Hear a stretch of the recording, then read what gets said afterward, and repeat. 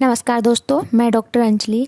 आज मैं आपको बताऊंगी कैंडिड बी क्रीम को काम में कैसे लेते हैं, किस किस रोग में हम उसको काम में ले सकते हैं और कितनी मात्रा में ले सकते हैं और उसका जो टाइमिंग क्या होता है और उसके क्या साइड इफ़ेक्ट होते हैं।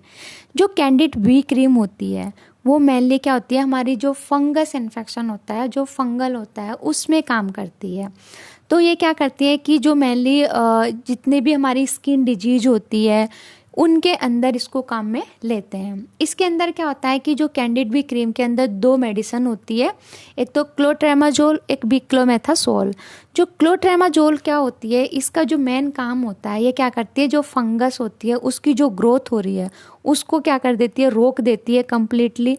और जो बिक्लोमेथासोल होता है, ये क्या होता है, एक टाइप का स्टीरॉयड होता है।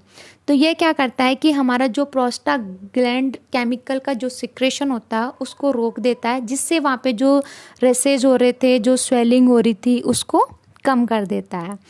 मेनली ये क्या करते हैं कि जैसे हमारे हाथों में या पैरों में जो दाद हो रहे हैं, या फिर जैसे पूरी बॉडी के अंदर दाद हो रहे हैं, या फिर हमारी जो वेजाइना के अंदर इचिंग हो, तो खुजली आ रही हो बहुत ज़्यादा, या फिर पसीने के कारण हमारे जो हाथ पैर या लेग्स के ऐसे प्राइवेट पार्ट्स जहाँ पे पसीना ज़्यादा जमा रहता है, तो उससे क्या होता है कि पसीने से वो वाले पार्ट गीले रहते हैं। अब कंटिन्यू गीले रहने के कारण क्या होता है, उनमें फंगस का इन्फेक्शन हो जाता है। तो उन वाली जगहों पे हम इसको काम में ले सकते हैं।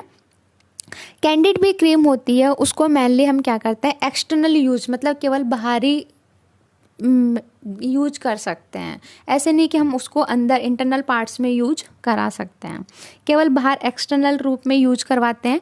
अब क्या करते हैं कि क्रीम को लगाने से पहले और क्रीम को लगाने के बाद में पहले हमें साबुन से हाथ साफ करने चाहिए, और जिस एरिया पे लगाना है उस एरिया को पहले नॉर्मल पानी से साफ करना चाहिए और उसको सुखा करके फिर उस पर वो क्रीम को यूज करवाना चाहिए। इसका जो टाइमिंग में क्या होता है कि जो नॉर्मल हमें जो क्रीम है वो दिन में 2 बार लगानी चाहिए। एक दिन में लगा लो, एक रात को सोते समय लगानी चाहिए। मैक्सिमम हम इसे क्या होता है 10 से 15 दिन काम में ले सकते हैं। अगर उसके बाद में भी अगर आपको आराम नहीं मिल रहा है तो उस क्रीम को बदल देना चाहिए और डॉक्टर से कंसल्ट कर लेनी चाहिए। अब इसमें क्या होता है, मेनली जो साइड इफ़ेक्ट के अंदर हम देखते हैं तो कि अगर हम इसको लंबे समय तक काम में लेते हैं, या फिर किसी कैंडिड बी से किसी किसी को एलर्जी होती है, तो उसमें अपन को क्या होगा, एक तो वहाँ पर अगर जैसे सुई या कांटे चुभोने जैसे जिस पार्ट के अंदर लगा रहे हैं उस पार्ट में हम क्या होता है कांटे चुभोने जैसे सेंसेशन होंगे आपको, और वहाँ पे क्या होगा, बहुत ज़्यादा जलन होगी उस एरिया में।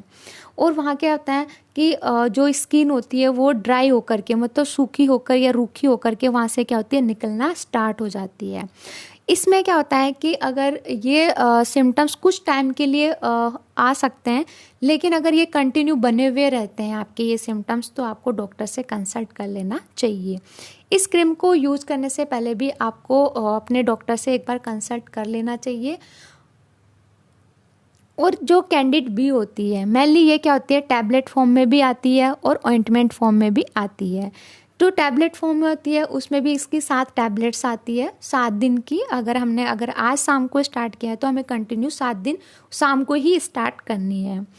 मेनली ये क्या होते हैं कि जो हमारे कैंडिड बी होती है वो हमारी फंगल इन्फेक्शन के रोकने के काम आती है, और इसको हमें क्या होता है आँख से, नाक से, कान से, इनसे दूर रखना चाहिए, क्योंकि ये क्या करती है, बहुत ज़्यादा इरिटेशन करती है। तो हमारे जैसे आँखों पे या नाक पे लग जाती है तो उससे क्या होगी, बहुत ज़्यादा इरिटेशन होने के चांस रहते हैं।